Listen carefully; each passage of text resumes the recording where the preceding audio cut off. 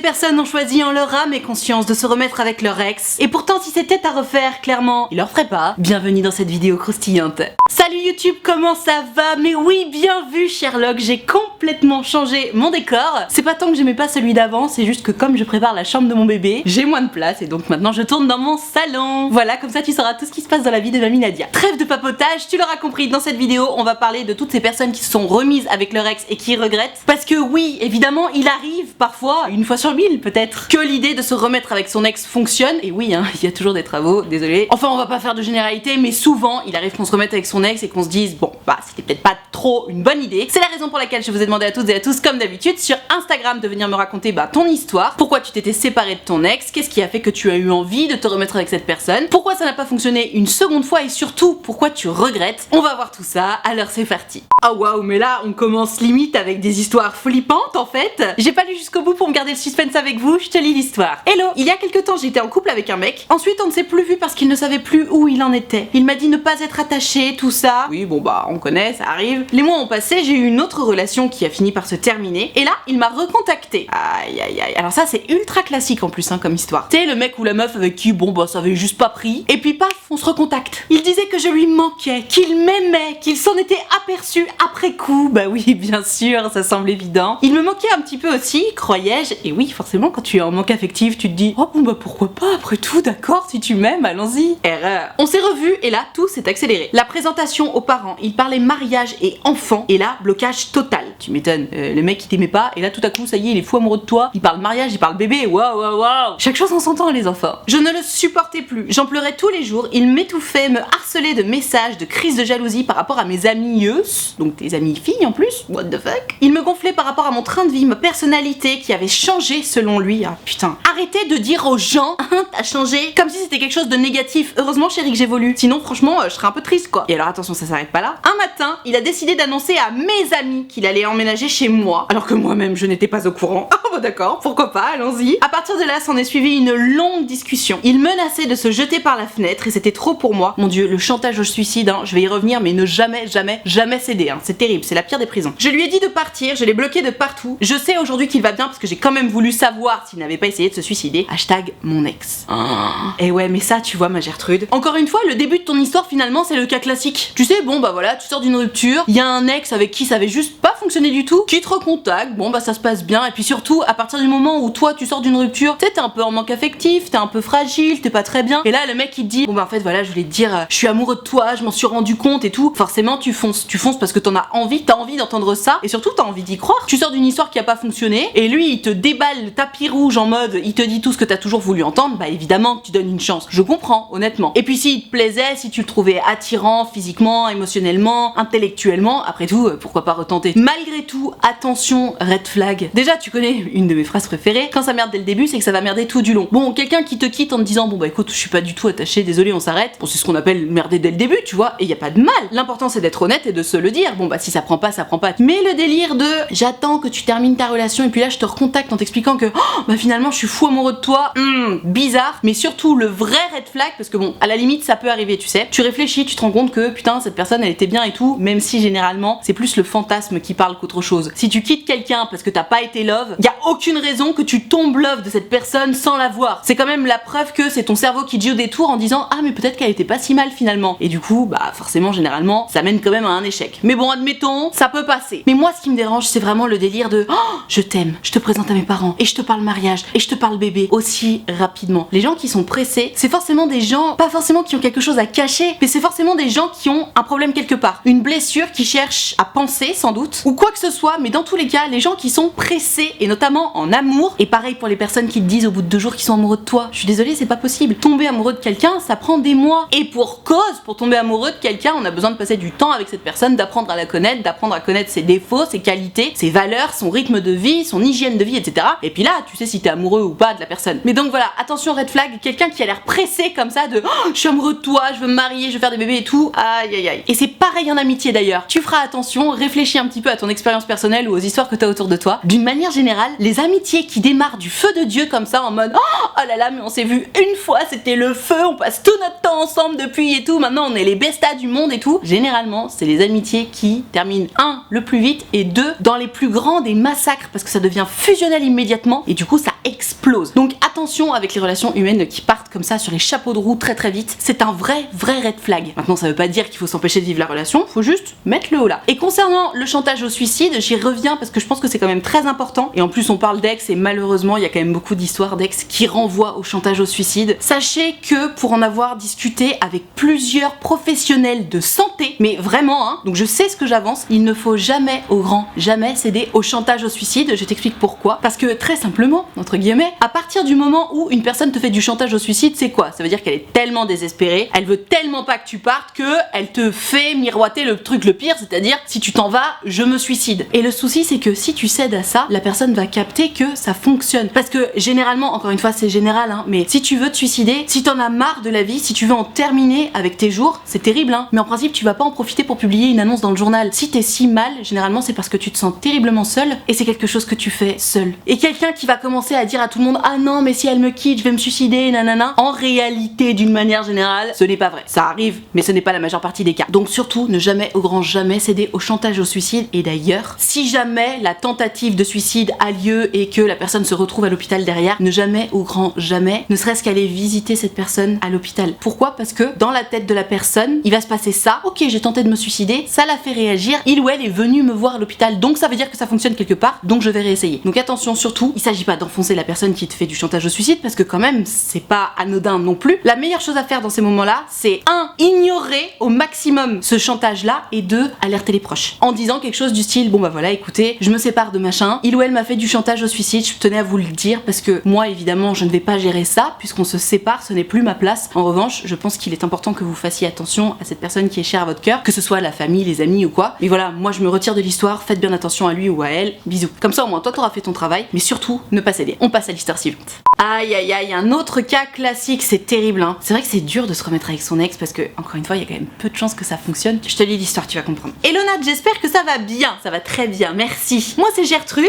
yo Gertrude, et il y a 2 ans, j'ai rompu avec mon ex parce qu'il m'avait trompé. Effectivement, c'est un bon motif de rupture. Entre parenthèses, c'était une période très compliquée, il y avait beaucoup d'amour entre nous, mais je pense que nous n'étions plus sur la même longueur d'onde et beaucoup de choses telles que le mensonge avaient terni la relation, j'étais fatiguée de tout ça. Ok, très bien. Ça a été difficile les premiers temps, donc les premiers temps de la rupture. On discutait de temps en temps pour prendre des nouvelles, je commençais à faire mon deuil et je me sentais mieux. Alors idéalement, dans une rupture, on évite de discuter pour prendre des nouvelles, comme ça au moins ça va encore plus vite. Mais bon, admettons. Un jour, il a demandé à ce qu'on se voit le soir. Évidemment, on n'allait pas se voir le midi pour un café. Et le moment venu, il m'a supplié, il pleurait, il m'a dit de belles choses, il m'a promis de changer, la fameuse je vais changer, surtout ne jamais y croire. Et donc j'ai craqué. On est resté 1 an de plus ensemble après ça, quand même, beau score, mais rien n'avait réellement changé, tu m'étonnes. On a eu une période de lune de miel les 2 premiers mois après s'être remis ensemble, mais les mêmes problématiques sont vite revenues. Je pense avec du recul m'être remise avec lui plus par pitié que par réelle envie. Hashtag mon ex. Pauvre Alphonse, putain c'est dur. Je me suis remise avec lui par pitié plus que par envie. Cela dit, vous êtes restés 1 an ensemble, donc quelque part tu devais quand même y trouver ton compte. Mais c'est ça en fait le problème dans se remettre avec son ex. En soi, je suis pas tout à fait contre l'idée de se remettre avec son ex, d'ailleurs chacun fait ce qu'il veut. Mais à mon sens, à partir du moment où il y a eu une rupture, c'est que vraiment il y avait une raison plus importante que ton envie de rester avec la personne et que votre amour. Il y a eu quelque chose qui faisait que bon bah on pouvait pas rester ensemble, donc la tromperie, ou alors tu m'expliques que vous étiez dans une période très compliquée, ou vous étiez fatigués émotionnellement tous les deux, etc. Donc j'imagine que bon bah ça fonctionnait juste plus entre vous, et ça arrive notamment quand on est jeune. Et du coup c'est pour ça que je disais que c'est vraiment le cas classique, tu sais. Tu commences à faire ton deuil, tu commences à te remettre de la relation, et Dieu sait que c'est pas une mince affaire. Et là, bam, le fameux texto de ça te dirait qu'on se revoit pour parler. Et ça c'est terrible parce que se revoir pour parler, ben en vrai qu'est-ce que tu vas faire? Tu vas parler de quoi? Tu vas parler du couple, tu vas parler de la rupture, tu vas parler des raisons pour lesquelles on n'est plus ensemble, tu vas vouloir savoir en plus si l'autre a déjà couché avec quelqu'un d'autre ou s'est remis ensemble ou a revécu une autre relation que depuis toi, etc. Bref, c'est une conversation douloureuse, pénible honnêtement, et bien entendu, d'une manière générale, qu'il y en ait un des deux qui veuille se remettre avec l'autre ou pas, dans tous les cas, généralement ce fameux tu viens on se revoit pour boire un verre, ça termine au lit. Pourquoi? Parce que déjà, 1, c'est ultra sexy de voir son ex, 2, on va pas se mentir, les deux se sont pimpés à balle pendant 2 heures avant de se retrouver. Parfum, make-up, super tenue et tout le tralala, toi-même tu sais, fais pas genre on a tous et toutes été dans ce cas-là. Et donc évidemment tu te vois le soir, tu picoles un petit coup, on commence à se rapprocher, les langues se délient, on se raconte quand même qu'on se manque, on se rappelle à quel point notre ex est beau et sexy,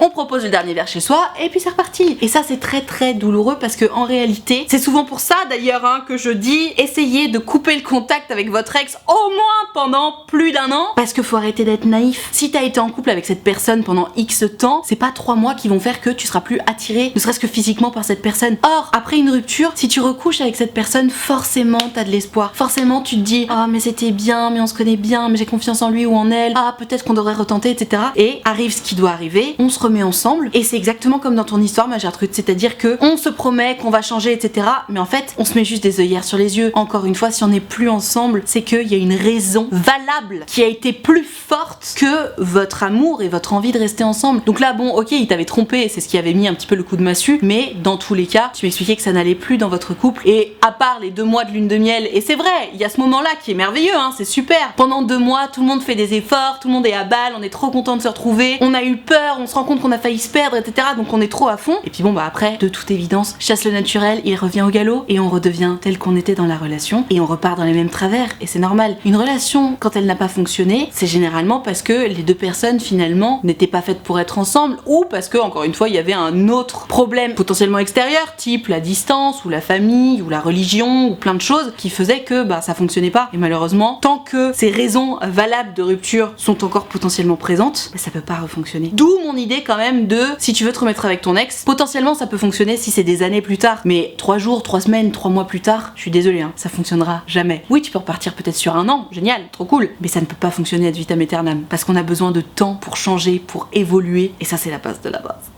Ah bah tiens, une histoire qui illustre parfaitement mon propos par rapport à ce que je racontais. Hello Nad, à 18 ans j'ai rencontré mon premier amour, on est resté environ 1 an ensemble et on s'est séparés à cause de la religion. Donc voilà, exactement ce que je disais, c'est un critère extérieur, c'est pas vous deux qui vous entendiez pas, c'est juste bon bah la religion. Alors moi j'y connais pas grand chose en religion donc je vais pas m'éterniser là-dessus, mais voilà, un critère extérieur, ils se sont séparés à cause de ça. J'étais plutôt d'accord par rapport à la rupture et 8 ans plus tard, en 2019, après m'être mariée, avoir une petite fille et m'être séparée, avoir divorcé, je me suis remise avec lui. Ok.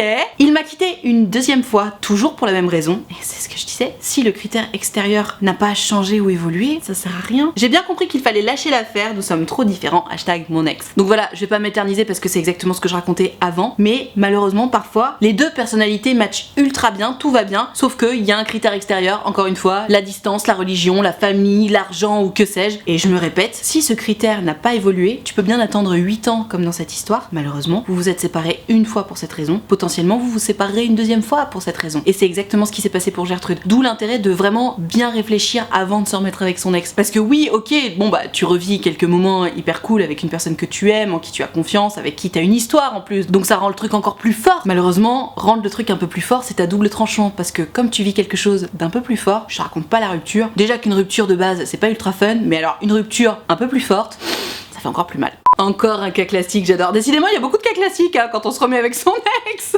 Je te lis l'histoire. Hello Nad. J'étais restée avec un mec que j'aimais pendant quelques mois. Il m'a quitté un jour par message sans aucune raison. Ok, déjà donc ultra classe et en plus 0 raison. Merci, bonsoir. Au bout de quelques semaines, il est venu m'expliquer que c'était dur pour lui à cette époque, que ça n'allait pas dans sa famille et que c'est pour ça qu'il avait mis un terme à notre relation. Bah, si c'était le cas, t'aurais pu me l'expliquer à l'époque. Espèce de gros con, j'aurais compris. J'ai donc décidé de le croire et de donner une autre chance à notre relation.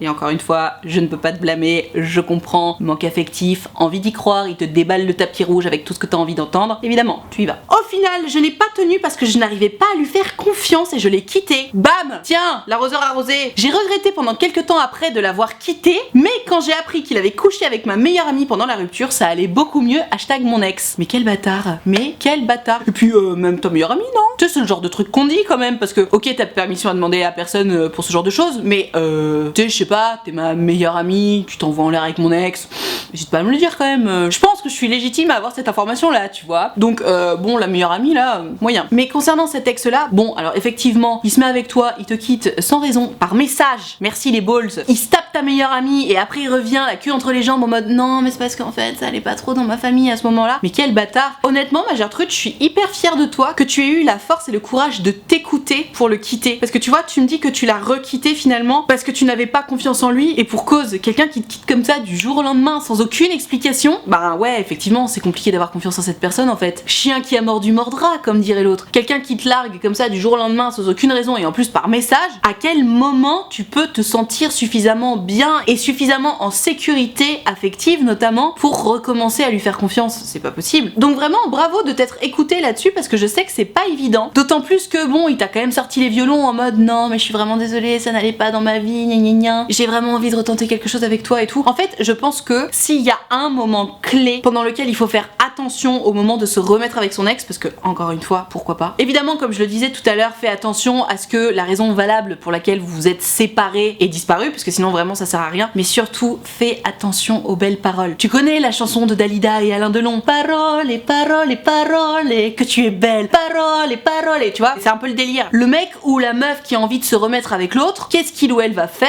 Il ou elle va déballer le tapis rouge de tout ce que l'autre a envie d'entendre. Et en plus, comme c'est son ex, généralement, la personne qui veut se remettre avec l'autre sait très bien ce qu'il faut dire pour taper les cordes sensibles et pour arriver à ses fins. Sauf que il faut être lucide par rapport à ça. Et surtout, il faut s'écouter. Quelqu'un qui te largue, par exemple, du jour au lendemain, par message, sans aucune raison, c'est quand même, à mon sens, littéralement ce qu'on appelle un manque de respect. Tu sais, on a vécu une histoire d'amour, je mérite, ne serait-ce qu'une petite raison pour laquelle on se sépare. À la limite, tu veux me quitter par message? Bon, ok. Je n'étais manifestement pas suffisamment importante à tes yeux pour que tu prennes la peine de me l'annoncer en face à face. Ok, pourquoi pas, mais juste donne-moi une raison valable en fait. Explique-moi que t'es pas amoureux de moi, ou que ça ne prend pas, ou que tu penses à quelqu'un d'autre, ou que j'ai fait quelque chose qui t'a dérangé, ou que t'as juste pas envie d'être en couple, que tu ne te sens pas prêt. Mais donne-moi une raison. Donne-moi une putain de raison pour que je comprenne, tu vois. Là, juste par message sans raison, merci. Donc évidemment que t'as pas confiance. Et tu vois, finalement, il est revenu avec les violons alors que t'avais pas confiance en lui. Et du coup, encore une fois, je comprends, hein, bon, ton sens critique, tu le mets un peu de côté et tu te dis, oh, pourquoi c'est exactement ce que j'ai envie d'entendre, alors j'y vais. Attention avec ça, parce que du coup, derrière, ça remène à une rupture. Et en soi, en réalité, c'est pas tout à fait grave. C'est juste que pour ton petit cœur, notamment si tu as tendance à avoir un petit cœur tout mou, c'est difficile de vivre une deuxième rupture. Parce que quand tu vis une première rupture avec quelqu'un, c'est difficile, mais bon, bah, de toute façon, tu t'y fais. Mais vivre une deuxième rupture avec la même personne, et ben, je sais pas pourquoi, mais généralement, ça fait encore plus mal. Enfin, c'est ce que je disais, de toute façon, comme tout est un peu plus fort, parce que c'est ton ex, et vous avez une histoire, un background, et une certaine confiance en plus, et bah, du coup, tout est un peu plus fort, et donc la rupture est un peu plus forte, et t'as pas envie de vivre ça. C'est pas ultra cool. C'est ce que je disais, chien qui a mordu, mordra. Je te lis l'histoire de Gertrude, tu vas tout de suite comprendre. Hello Nad. Mon copain et moi nous étions séparés tout simplement parce que au bout d'un mois, il m'a trompé avec une sex friend qui est devenue sa copine par la suite. Ok, déjà super classe. Et au bout d'un mois de séparation, il est revenu vers moi tout penaud en me disant qu'il était désolé, qu'il regrettait et que j'étais la femme de sa vie. Entre parenthèses, des paillettes, en veux-tu, en voilà. Putain, je sais pas pour toi, hein, mais moi la femme de ma vie, si je la rencontre, ou l'homme de ma vie, hein, d'ailleurs, j'évite de le ou la tromper au bout d'un mois et de me mettre en couple avec quelqu'un d'autre, du coup. Hein. Donc encore pareil, hein, les violons ça. Hein. J'étais en première année d'études de droit comme toi et j'étais dingue de lui. J'ai accepté, mais au bout d'un mois, encore après, il m'a dit qu'il avait encore des sentiments pour elle. Décidément, la femme de sa vie, elle en a pris une claque. Donc je l'ai quitté pour de bon cette fois et je ne regrette pas du tout. Désolée pour le pavé, hashtag mon ex. Mais arrêtez de vous excuser, d'ailleurs déjà c'est pas un pavé et puis t'excuses pas, on est là pour discuter. Et oui, toujours la même histoire. Hein. Comme je le dis toujours, si ça merde dès le début, c'est que ça va merder tout du long. Mais tu sais, je sais pas, quelqu'un qui te quitte pour sa sex friend au bout d'un mois, enfin tu sais, quelqu'un qui te quitte au bout d'un mois, normalement, un mois de relation, c'est littéralement la passion, c'est le feu, c'est la fusion. T'as tout le temps envie d'être avec l'autre, t'as tout le temps envie de t'envoyer en l'air avec l'autre, t'as tout le temps envie de passer du temps avec cette personne. Pourquoi? Parce que c'est le début de la relation, on apprend à se connaître, on est tout le temps sur son 31, on est tout le temps sur son maximum, tout le temps hyper souriant et tout, on passe que des bons moments, on a tout le temps plein de trucs à se dire, donc généralement c'est le meilleur moment. Et d'ailleurs cette période-là, elle est censée durer quand même 6, 7, 8 mois, peut-être même un an. Après évidemment, on est toujours très heureux de passer du temps ensemble, mais forcément les choses sont un petit peu plus platoniques ou en tout cas un petit peu moins fusionnelles, et heureusement parce qu'on peut pas non plus rester dans ce standard-là de relation en permanence. C'est bien aussi d'évoluer vers autre chose, mais quelqu'un qui te quitte au bout d'un mois parce qu'il a des sentiments pour quelqu'un d'autre, bon, admettons, pas de problème. Mais c'est quand même la preuve que la passion, elle était pas si forte entre vous deux, tu vois. Et derrière, le mec qui revient un mois après en mode ah bah non, finalement c'est toi. Qu'est-ce qui s'est passé pendant un mois? Tu crois vraiment qu'il a réfléchi en mode ah mais non, mais en fait c'était à Gertrude que je pensais, c'était pas à Germaine. Oh, bah je vais retourner la voir. Non, c'est sans doute Germaine qui la tège et lui du coup il voulait pas se retrouver tout seul et donc il s'est dit allez, je vais aller jouer du violon à Gertrude, elle va me reprendre. Et bingo. Pareil, tu vois, le délire de non mais je suis désolée, j'étais perdue. Tu es la femme de ma vie. Arrête frérot. On est resté un mois ensemble et tu m'as quitté au bout d'un mois. Je suis désolée, je suis pas la femme de ta vie. Tu sais, c'est comme les gens qui disent ah non mais j'ai rencontré mon âme sœur mais il ou elle veut pas se mettre en couple, bah c'est que c'est pas ton âme sœur en fait. Si c'était ton âme sœur, vous voudriez la même chose. Tu sais, on se raconte des trucs comme ça. Et ce qui est terrible, c'est que ces putains de beaux parleurs là, ou de belles parleuses, hein, qui veulent se remettre en couple avec toi, encore une fois, ils savent les putains de boutons sur lesquels appuyer, et toi t'es là genre, ah,